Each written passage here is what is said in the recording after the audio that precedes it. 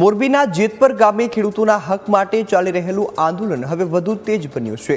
18 જૂનથી શરૂ થયેલા આમરંત આંદોલનમાં હાલમાં 8મા દિવસે ગામની દીકરીઓએ પણ અદાણી કંપનીની તાનાશાહી અને ખેડૂતોની લાચારી ઉજાગર કરતું નાટક રજૂ કર્યું છે। આ નાટક નિહાળવા માટે મોરબી સહિત અન્ય જિલ્લાઓમાંથી પણ 8 થી 10,000 મહિલાઓ ઉમટી પડી હતી। માત્ર 5 કલાકની પ્રેક્ટિસ બાદ દીકરીઓએ જનમેદની વચ્ચે ખેડૂતો પર થતા અત્યાચારનો ચિતાર રજૂ કર્યો હતો।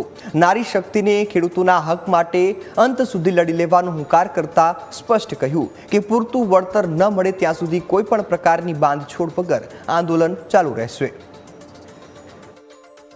અમે આ જે ખેડૂતો સાથે અન્યાય થાય છે તેના વિશે અમે આ નાટક રજૂ કર્યું છે કે જેથી બધા પબ્લિકની, અદાણીની અને બધા ખેડૂતોની આંખો ખુલે।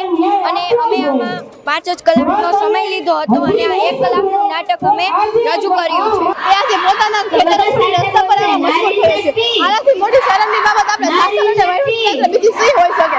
આજે જેતપરની પવિત્ર ધરા સાક્ષી છે કે આ લડાઈ કોઈ વિકાસની સામે નહીં પણ વિકાસના નામે ચાલતી ખાનગી કંપનીઓની સામે છે।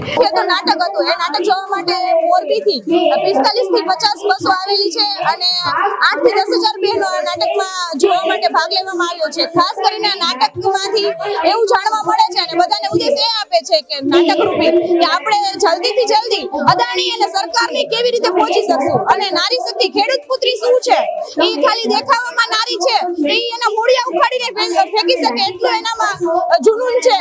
છેલ્લા 8 દિવસથી આમરણાંત ઉપવાસ ચાલુ છે। એમાં હજારો ખેડૂતોનું ગુજરાત આખામાંથી સમર્થન આવી રહ્યું છે, છતાં તંત્રની આંખો ખુલતી નથી। એટલે આજે અમારી દીકરીઓએ કે જે તાનાશાહી કંપની છે અદાણી કંપની, એ અદાણી કંપનીનું એક નાટક કરેલું છે અને ગુજરાત સરકારને એક સંદેશો દીધો છે કે આપ સાહેબ સમજી જાઓ, શાનમાં સમજી જાઓ।